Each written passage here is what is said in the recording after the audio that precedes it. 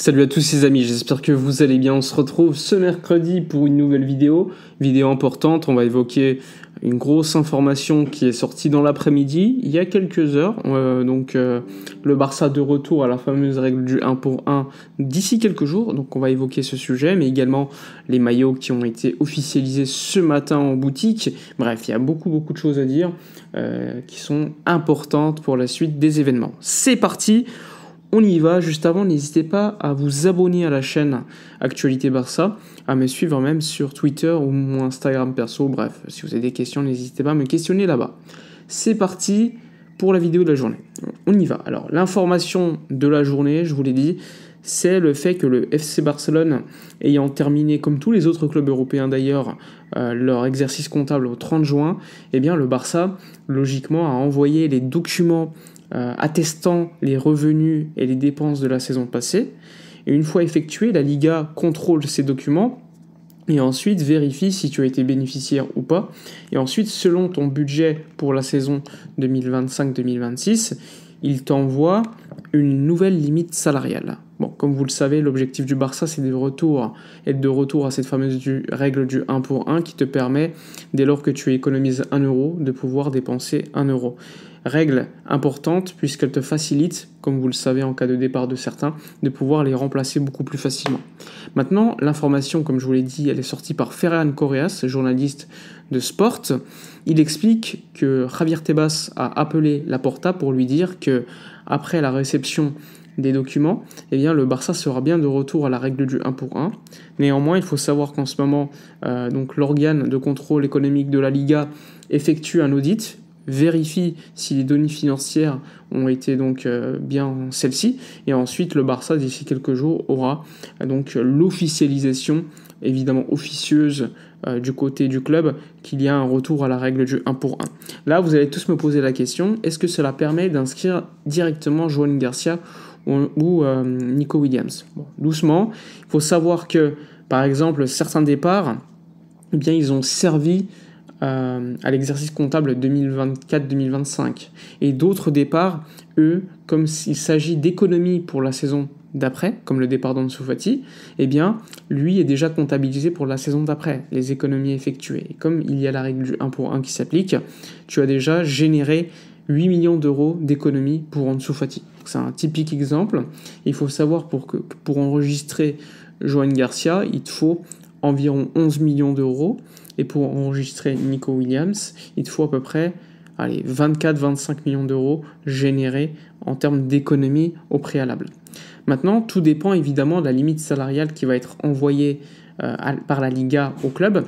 Parce que si la limite salariale envoyée est par exemple de 600 millions d'euros et que le Barça a une masse salariale de 550, eh bien, tu n'as pas besoin de générer de manière supplémentaire des départs. Tu as déjà une marge assez importante. 600 millions d'euros par exemple de limite salariale et 550 de masse salariale, tu aurais 50 de marge pour inscrire, ce qui est largement énorme pour inscrire les deux joueurs en question. C'est pour cela que pour l'instant il est impossible de dire combien le Barça doit encore faire de départ pour enregistrer ces deux recrues-là. Ce qu'on sait, c'est que pour les enregistrer, il faut à peu près 25 plus 11, donc environ 36 millions d'euros d'économies, et que le Barça a déjà généré quelques économies par des départs. Clément Lenglet a généré à peu près 8 millions d'euros sur la saison prochaine. Et vu qu'il lui restait 2 ans de contrat, la saison encore prochaine, il va générer 8 millions d'euros par son départ. Donc déjà, pour la saison 2025-2026, tu as Lenglet et Ansu Fati qui t'ont généré 16 millions d'euros. Et là, tu peux continuer avec d'autres départs qui vont te générer là aussi pas mal de revenus économisés. Tu as la prolongation de contrat de Frenkie de Jong à la baisse qui va t'aider. Tu as Pablo Torre qui va partir, qui pourrait générer là aussi à peu près 7-8 millions d'euros d'économie avec le salaire et ce qui pourrait te rapporter. Bref, ça va plutôt vite et on sait qu'il faut à peu près 36 millions d'euros pour les deux joueurs. Donc en réalité, c'est plus qu'une question de temps pour Joan Garcia et Nico Williams, surtout pour Nico Williams parce que comme vous le savez, Joan Garcia a déjà été officialisé, Nico Williams non. Mais normalement, le paiement de la clause libératoire est prévu lors des prochains jours. J'aime pas parler de timing parce qu'on ne les maîtrise pas. Ce que je peux vous dire, c'est que en termes administratifs, le Barça a déjà tout préparé. Le Barça sait que Nico Williams a déjà donné à Félix Tenta, son agent, le mandat pour tout simplement prendre l'argent du club et ensuite les déposer au siège de la Liga pour payer une clause libératoire, ça se fait comme ça. Le Barça donne de l'argent à l'agent donne l'argent à la Liga, et ensuite le contrat que tu as avec ton club, donc Bilbao, il est rompu de manière unilatérale parce que tu as payé. Et ensuite, tu es libre de signer avec le Barça. Donc ça se passe comme ça pour une clause libératoire. Vous le savez, l'accord entre les parties, il est total déjà à peu près 2-3 semaines. Pas une information, c'est une confirmation de ce qu'on avait dit déjà il y a quelques semaines. Maintenant, comme vous le savez, eh bien, il est légitime que le joueur ait demandé des garanties pour son inscription. Imaginez si le Barça le recrutait et ne pouvait pas l'inscrire, ça aurait été ridicule.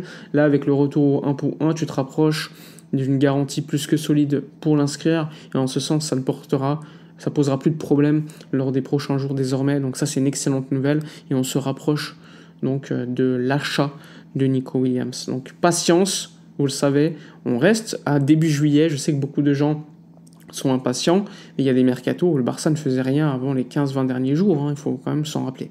Bref, voilà pour l'information de la journée. Nico Williams à Barcelone, question de temps. Le Barça de retour à la fameuse règle du 1 pour 1, confirmée d'ici quelques jours.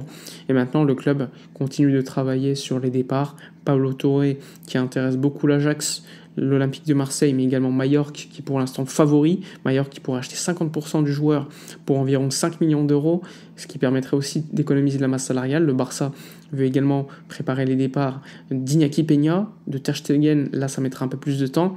Frenkie de Jong, la prolongation donc d'ici quelques jours, quelques semaines, et continuer d'autres départs qui là aussi n'ont pas été avancés depuis quelques mois.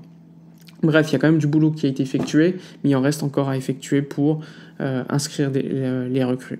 Ensuite, le Barça, vous le savez, va signer Ronny Bargi. Là aussi, il va falloir patienter quelques jours, et n'exclut pas d'autres arrivées selon les départs. Gérard Martin, s'il part, le Barça ira sur un latéral, etc. Sinon, ce matin, le Barça a effectué le lancement du maillot domicile pour la nouvelle saison. Un maillot qui a effectué beaucoup d'heureux, parce que comme vous le savez, ça a été un record de vente sur une journée. Dès 13h, il y avait déjà un record de vente dans l'histoire du Barça pour le maillot, donc, sur une journée, donc c'est extraordinaire. Surtout que, comme vous le savez, le numéro 10 de Lamine Yamal n'a pas été officialisé, mais énormément de fans l'ont acheté et ont personnalisé le numéro 10 avec le nom de Yamal.